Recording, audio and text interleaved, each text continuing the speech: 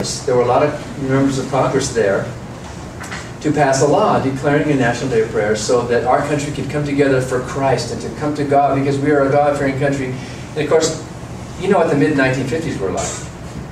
The Cold War, the godless communism, and separating our country apart from godlessness. And a lot of bad things happened in the 50s from a state church perspective. The National Day of Prayer, In God We Trust, became our national motto and was put on all currency. Under God was put into the Pledge of Allegiance. Some other laws were passed. A special housing allowance exemption for clergy was passed, which is one of our other lawsuits right now. We're challenging that. Members of the clergy don't have to report their rent or their house payment as income. All the rest of us do. But their tax liability is lowered, and the rest of us is raised as a consequence. So we're challenging that. That happened in the 1950s.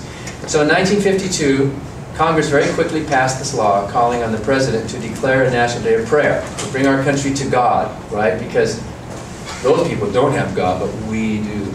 It happened in the 1860s in the Civil War. In God We Trust appeared on the 2-cent coin for the first time. It tends to be during wartime when you want God on your side. And it wasn't put on all currency, though, until 1957. If you look at any dollar bills, in fact, I have one in my wallet. Before 1957, they don't have In God We Trust on it. This is a Johnny-come-lately. So, Senator Absalom Robertson, back then, introduced the bill into the Senate. And you know whose father he was? Can you guess? Pat Robertson. Pat Robertson's father. Absalom Robertson was an evangelical segregationist. He introduced the bill, and it passed, and Truman signed it. And all the religious right was happy because now we have a National Day of Prayer, and the President calling on people, calling on all Americans, all of you, to pray. Then each of the presidents would do this, and everyone's done it since 1952, but they would pick a different day. Sometimes they'd forget, and you'd see it's like the last day of December. Oh, we better proclaim this thing. And so in 1988, the religious right wants to organize these rallies for the National Day of Prayer. It's a big deal. It's an American thing. And it was hard for them to organize it if there wasn't a regular date. So that in 1988, people like Vonette Bright with Campus Crusade for Christ and Pat Boone and others got the law changed or amended so that it was the first Thursday of every May. And under Ronald Reagan, since 1988, the first Thursday of every May has been the National Day of Prayer. As you all know, when that day comes along, the first Thursday of every May, right? Big, important American day. I understand you guys were out doing, what, cleanup work or something? Hiked an out, picked the trash, watched the sunset. Okay, on the National Day of Prayer. The National Day of doing something useful. Right? That's good. And so ever since Reagan, it's been that first Thursday of May, and that has really energized the evangelical right. This whole thing is an evangelical Christian right thing. All through those 58 years, 59 years, it's evangelical Christians that are doing the thing. Jews have been frozen out of it. Non-Christians have been frozen out of the events. Even non-evangelical Christians, liberal Christians, have felt unwelcome at these events because the evangelical right thinks this is our day for evangelical prayer.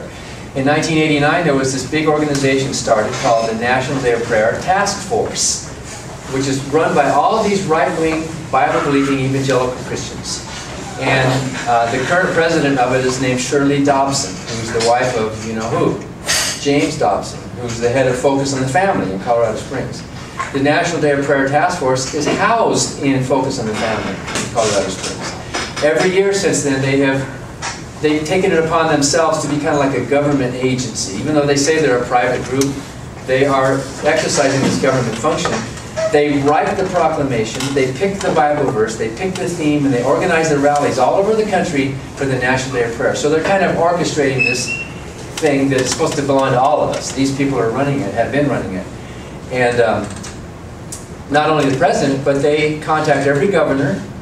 And since then, almost every year, every single governor has had a National Day of Prayer proclaimed from the governor's office, most of them taking the exact wording from this task force and using it because they're lazy. You know, oh, I get this proclamation, let's just proclaim it like the way they want it. And most of the mayors as well. After our victory, we sent letters to all the governors, and all the mayors of large cities, like 30,000 or more, telling them it's unconstitutional. And besides, you don't have to do it. Congress passed a law for the president. Governors don't have to do this. But governors are in a hard spot because do they want to be seen as the one governor who did not proclaim prayer? Do they want to be seen as the anti-prayer governor? So there's this pressure, and the National Day of Prayer Task Force has thousands of people around the country pressuring governors and mayors to do this thing, to get on board. So when the law was passed in 1988, it was Strom Thurmond who introduced it into the Senate. Another segregationist, by the way, who is a Christian right type of person. And Jesse Helms was involved. If you know these names of these people. If you don't, good for you. Then people have complained. People in our organization have complained because the mayor of their town or their governor would proclaim this thing and what? I don't believe in prayer. And in fact, a lot of Christians complain. A lot of believers are on our side on this. We are often joined by Jews and Christians and other religious people who see the importance of state-church separation. A lot of Christians think it cheapens their faith when the government does it. A lot of believers think, and Greg Boyd is one of them. He and I have done debates. He's an evangelical, conservative, theologically conservative, but he doesn't think America is a Christian nation and shouldn't be a Christian nation because that would cheapen Christianity if it was a national thing. He thinks Christianity should be persuaded at the personal level. You should show the truth of Christianity by your witness and not by government force or government endorsement. So a lot of believers agree with this as well and have complained about this National Day of Prayer, which makes it look kind of tacky. This right-wing evangelical group kind of co-opting the government and hijacking the Constitution to have their day for the country. So we sued in 2008 when Bush was president. And then when Obama replaced him, we had to change the name. So it was Obama and Gibbs, the press secretary. Because when you sue on state-church separation, it's the person who executes the law that you have to name. You name them not as individuals, but you name them in their office. You name them in their capacity. In fact, originally we had named Shirley Dobson because, in our opinion, she was taking on a governmental function. We named her to try to stop the entanglement between a private group and a governmental group. But the judge took her off, and they considered that a big victory. And it was a victory. She was taken off the case as a named defendant. But then on April 15th, the judge ruled in our favor. And if you want a nice shorthand lesson on state-church separation in a real-life case about why a federal judge would decide a certain way on it, read that decision. It's 66 pages, but it's a good read. She addresses a lot of the historical myths, a lot of the mistakes. She addresses the arguments that the U.S. government raised. For example, the government says, this is just an acknowledgement. This is just an accommodation, right? The government can acknowledge religion.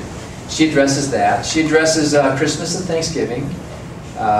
She thinks Christmas and Thanksgiving are okay because they have so much to offer for secular people as well. Even though Christmas and Thanksgiving do have some religious roots, they're generally secular. In fact, Christians stole Christmas from the pagans to begin with. That whole thing was a national holiday, and Christians think they own the month of December now.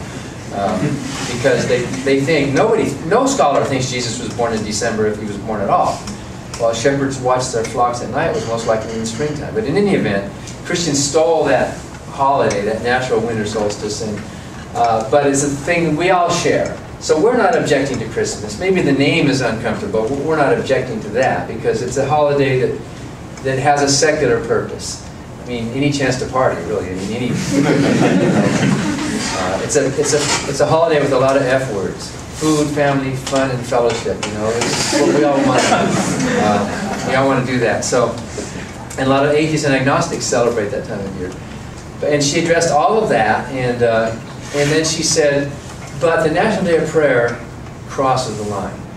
The National Day of Prayer is one specific example where it goes beyond mere acknowledgement or mere accommodation, has no secular purpose. What's the secular purpose of a National Day of Prayer?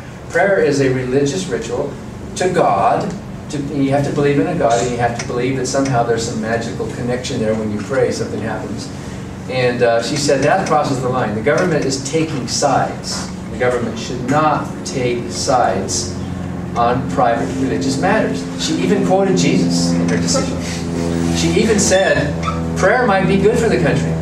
her decision is very balanced. She said prayer might be what America needs. Prayer might be one